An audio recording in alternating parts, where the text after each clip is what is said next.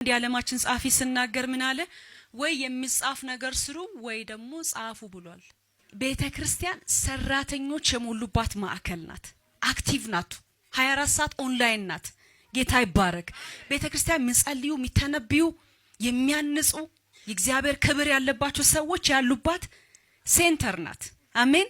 የተሰበሩ ሪሃብሊቴት የሚያረጉበት የሚያገግሙበት እዚህ እየተንቀጠቀጠ እንደዚህ ያለ ሰክሮ የመጣ ሁሉ ነቅቶ የጌታ መሳሪያ የሚሆንበት ነው። በሽተኛ ተፈውሶ ለጌታ ክብር የሚቆምበት ነው። ኢየሱስን የተከተሉት ጽፈዋል ወይም ተጽፈዋል። አሜን። የምትጽፉ ያድርጋችሁ። ዮሐንስ ጽፏል። ስንት መጽሐፍ? 5 ስለ ኢየሱስ ነው የጻፈው። በዮሐንስ ወንጌል የእግዚአብሔር ልጅ እንደሆነ በደንብ አርጎ ዲፋይን ያደረገ ሰው ነው።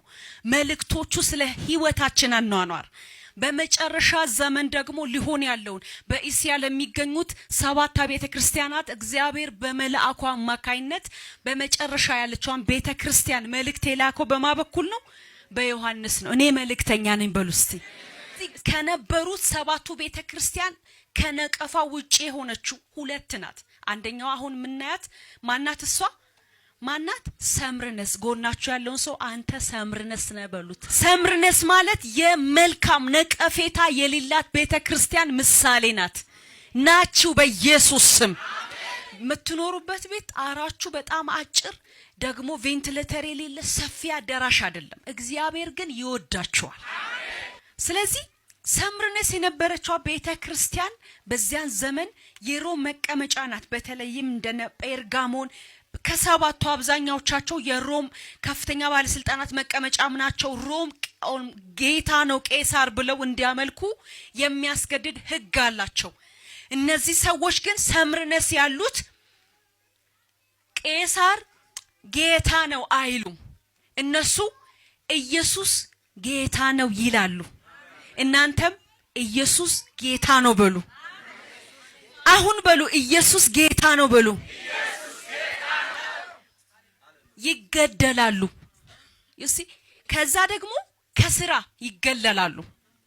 ባለ መስራታቸው የድህነታቸውን ጥልቅ ሲናገር መጽሐፍ ቅዱስ ከድህነት ጉስቁልና ይለዋል።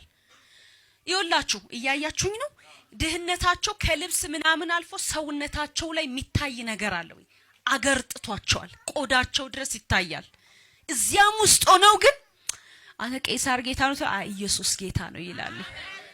አሜን አሜን። ቤት እኮ የላቸውም። ኪራይ ሄዶ የሚሰሩበትን ተከልክለዋል እኮ። ኢየሱስ ጌታ ነው ትላለህ አትልም?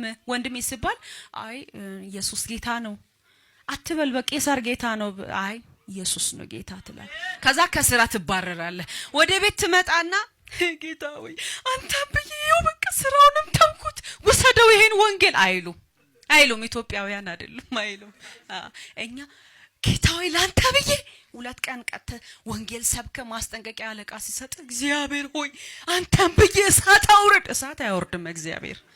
ከዝም ብሎ ያይሃል። አንዳንዴ መከራ ውስጥ እየተጠበሳችሁ እግዚአብሔር ዝም ካላችሁ እስክትበስሉ ነው። አሜን። ሰዎች አፍ ውስጥ እንድትቆዩ ብቸኛ የምትቆዩበት ቦታ መከራ ነው። መጣድ ያስፈልጋል። ውሃችሁ መጥጥ አድርጉ በደንብ የናንተ ታይፕ እስኪወጣ የናንተ ሰብስታንስ ያለው ነገራችሁ ፈንድቶ እስኪወጣ እሳት ላይ ትቆያላችሁ። ልጥልጥ አትሉም። ዳቦ አይታችኋል ስንጋገር ከስርም ከላይ ምንድነው የምንጨምረው? እሳት ነው። ሲበስል ሽታው ያናውጣል አካባቢውን። አይ በቃ እንደ ፈንድሻው ጧ ብሎ ፈንድቶ ቢወጣ ትበሉታላችሁ። ምን ስለሆነ ሊጥ ነው። አፍ ውስጥ አትቆዩም። አያችሁ መከራ ውስጥ እግዚአብሔር ያስተምረናል። አሜን። መገፋት ውስጥ ያሉ ሴቶች ይጸልያሉ። ያልኩትን ሰማች? የሚጸልዩ ሴቶች ያስታውቃሉ። መጄሄ ጉልበታቸው ላይ ምልክት አለ። ግንባራቸው ላይ ግን የእግዚአብሔር አኖይንት አለ። ችግር መሃል እያለፉ ነውጥ ውስጥ እያለፉ የሚጸልዩ ወንድሞች ያስታውቃሉ። አሜን አሜን። ዝም ብሎ ወደ ጎን ዝርጥጥ ብሎ አይኖሩም። ያስታውቃል ቅርጻቸው፣ ይዘታቸው። ተጠብሰው የሚያሳልፉ ሰዎች ለእግዚአብሔር ጠቃሚ ዕቃ ናቸው። በእጆቹ ላይ ውድ ናችሁ ማለት ነው። አሁን ዛሬ ነውጥ ውስጥ የምታልፉ ሰዎች በተለያየ ሁኔታ ደስ ይበላችሁ። ከዛ ወደ ጸሎት ነው የምትገቡት። አማራጭ የላችሁ። አትመርጡ። የምትመርጡት እግዚአብሔር ፕሬዘንስ አለ ወይ ነው። ዝም ብሎ መኪና ገዝቶ ቤት ገዝቶ ሾፒንግ ከፍቶ በቃ እንደፈለግሽ እየመረጥሽ ንጂ ካልካት ሴትዮዋን ማበላሸት ነው።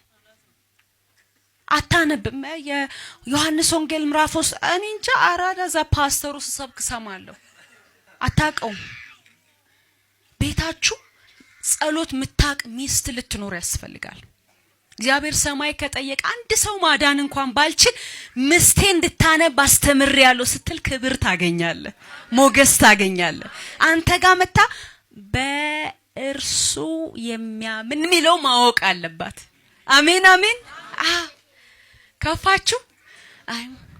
አኩራፊ ምስቶች ደግሞ አትሁኑ። ምታነቡ ምትጸልዩ። ባልዮ አኩርፎ ኮፍ ብሎ ሲመጣ የኔ ጌታ ምን ሆነ ነው የምትሉ እስቲ አሜን በሉ። ምንድነው በቃ ሲሆን ይሆናል። በቃ አዲስ ነገር ነው እንዴ አትበይ። አይዟችሁ አይዟችሁ፣ ኢየሱስ ያድናል። ልጆቻችሁ ኢየሱስን የሚወዱ ይሁኑ። አሜን። እረ አባቴን አይቼ ኢየሱስን ጠላሁት እንዳይሉ አደራችሁ። ቤታችሁ ምትጸልዩ ሁኑ በህብረት ተንበርክከን እንጸልይ። ይሄ የናንተ ቤት የማይገረሰስ ይሄ እሴት ይሁን። አሜን። ምትጸልዩ አንዳንዱ በጣም ተናጋሪ ነው፣ ግን ጸሎት አረን ያላቅም ባክሽ ጸልይ በቃ ትላንት ጸልይ ነው ይበቃል። አይደለም፣ ጸልዩ። አሁንም you have to pray። ዛሬም እኔ እስቲ ጸልያለሁ በሉ እስቲ። ካልተጸለየ አሁን እየመጣ ያለው ዘመን ጎርፍም አለበት። ኪሎአችሁ በደንብ ካልደፋ ጎርፉ ይዞ ይሄዳል። ክርስቲያን ደግሞ ወንዝ መሆን አለበት፣ አቅጣጫ ያለው ጎርፍ መሆን የለበት። አሜን። ኢየሱስ ይወደናል፣ ግን ጀስት ጌታ ኢየሱስ ሊመጣ ስለሆነ የተጠነቀቀ ክርስቲያን። ክብር ለኢየሱስ ይሁን። ታውቃላችሁ ኖህ ብዙ ጊዜ አይሰበክም። ኖህ ያልተሳካለት ሰባኪ ነው። ይሰብካል ለብዙ ዘመን። ለስንት ዓመት ሰበከ? 120 ዓመት እየሰራ ሰዎቹ እችን ስሙኝ፣ በደንብ ስሙኝ። ይኸውላችሁ ሰዎቹ ላለ መስማት የተስማሙ ናቸው። ምን አልኳችሁ? እግዚአብሔርን ላለ ማየት የተስማሙ ናቸው። እዛ መሃል እግዚአብሔር እንዲላል መርከብ ሲሰራ ሰውየው ራሱ በመስማት እንኳን ጆሮአቸው ባይከፈት በማየት አይደነግጡም እንዴ? መርከብ ይሄን የሚያክል ነገር ዝም ብሎ ብቻውን ሲታገል ቆይ አንተ ሰውዬ የሚል ሰው የለም። ሰውየው ብቸኛ ነበር ማለት ነው። እንደዛ እንኳን ብቻውን ቀርቶ ስብከቱ ውጪውን ባያድን ቤቱን አዳነ። ሰዎቹ እግዚአብሔርን ንቀው አንሰማም ያሉት የማይሰሙበት ቀን መጣ።